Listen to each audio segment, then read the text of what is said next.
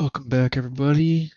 This Thursday, April 18th, there are two free games available in Epic Store.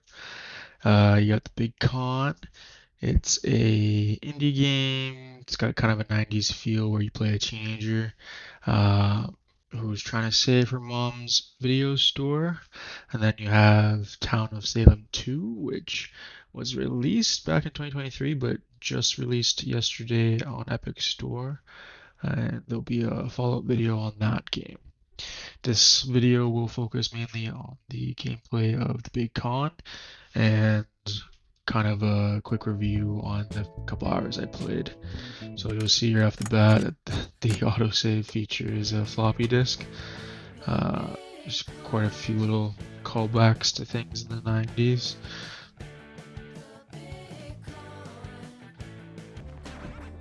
When you start the game, you can kind of walk around. This is pretty much what the game will look like.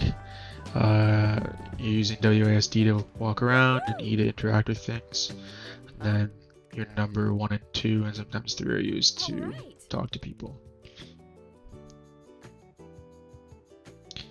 So the character you're playing is named Ali, and she's planning to go to band camp. She plays the trombone. And her plan is to leave soon, though she doesn't really want to go there.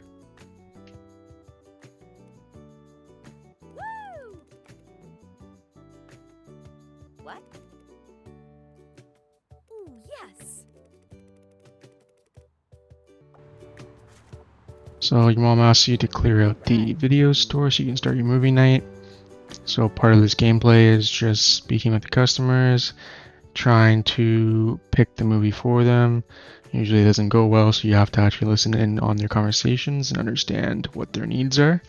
And then from there, you're able to give them the right movie and clear out the store. It's kind of similar to gameplay going forward, where you'll need to talk with various NPCs and find out exactly what their needs are so that you can get what you need, whether it's money or an item.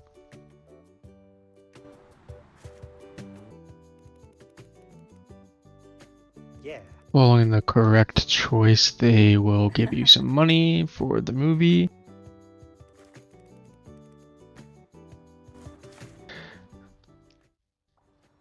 And then right now is where the land shorts come into play. It turns out your mom's been getting help from them to keep the place running. She actually owes about $97,000, and if she doesn't pay that, then they're going to turn the store into a Videoville, which is a big chain of video stores. What?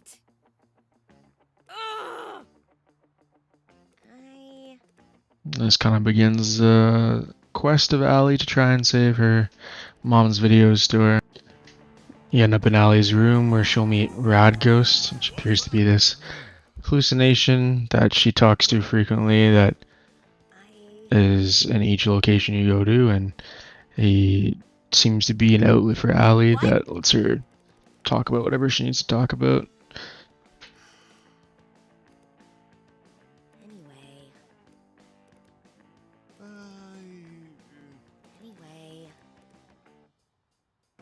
You know.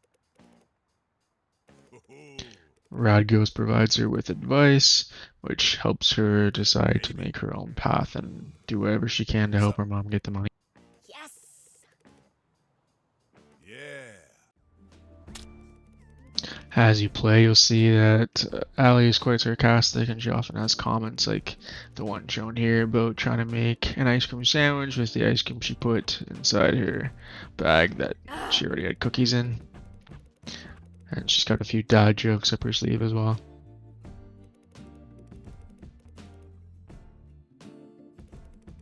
Then we end up meeting Ted, who basically starts Ali's career as a con artist and grifter, and shows her the ropes on how to pickpocket people for their money, and provides her with an opportunity for the big con to help her get the money she needs.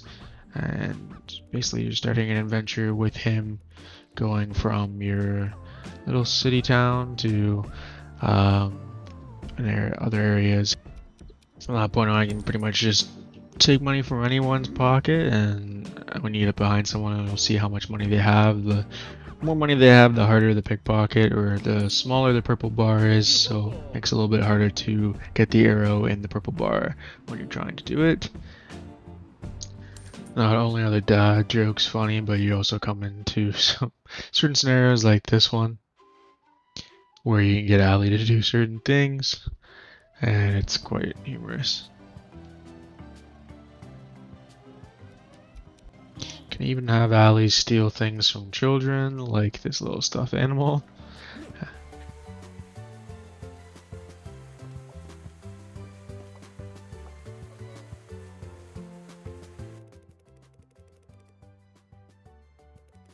And then you can proceed to listen in on a conversation with a dad and a daughter where she's crying because he couldn't buy one.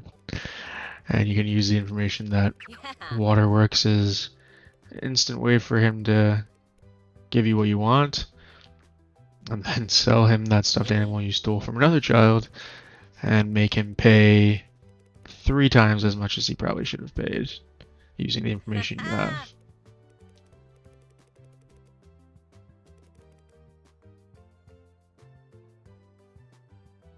Come on.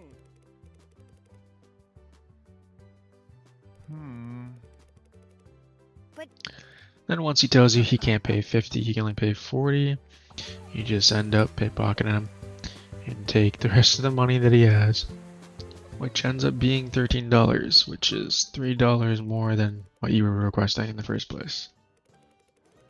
That also introduces you to the collector or pawnbroker, who will ask you for specific items. Like in the first level, he wants corn-like things, so like corn candy, an acorn, etc.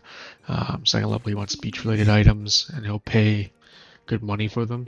And then you can also sell him all of the other items that you picked up, whether they're trash or not, and he will happily buy them. Well, what? There's also a mini game that's found on the second level, and it's where you play Rad Ghost on a skateboard, and you have to jump over obstacles and collect coins and collect additional time.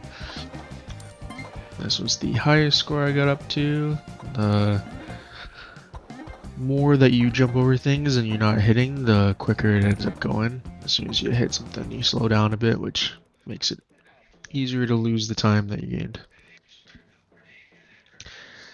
Another tactic Ted can teach you is how to ask for change and then distract the vendor to end up giving you more than you actually requested. Yeah. I would say overall I enjoyed this game. It was fun to see some of the 90s nostalgia. It's definitely not a game I would usually play, but it was enjoyable for the time I played, and I definitely was just trying it out while it's free. It's a nice, relaxing game to pass some time, and has an interesting story, and it's just satisfying to get tons of money for doing things, both legally and illegally, throughout the game.